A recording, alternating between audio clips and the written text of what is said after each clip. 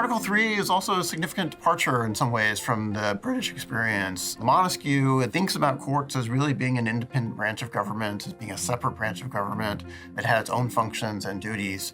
The English themselves tend to think about courts as being more an extension of the crown, really part of the executive branch from our perspective. And that was often true of the colonial courts that existed in the United States before the American Revolution as well. The judges were really an extension of the crown, extensions of the governors.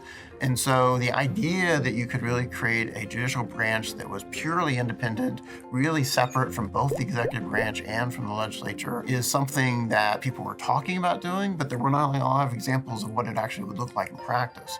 The American states, of course, had judges already after the American Revolution, but the federal system under the Articles of Confederation did not have its own set of judges.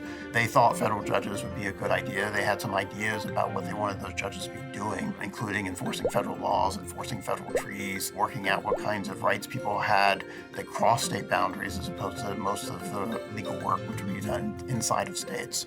But trying to think about how do you create that kind of judiciary that can do that work without being too dependent on either executive or legislative branch was not an easy task, and they didn't have a lot of guideposts to go by in thinking that through. Some were thinking about what the tenure of judges ought to look like. So they know they want judges who are going to be independent-minded.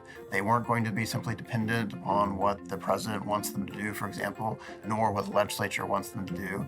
And so they know they need some way of insulating those judges from that kind of influence, and life tenure seemed like a fairly natural way from their perspective to do that. But again, they're feeling their way toward what might work as a system that's going to make judges pay attention to law and not be looking over their shoulders too much to see how other politicians are going to respond to what they're doing.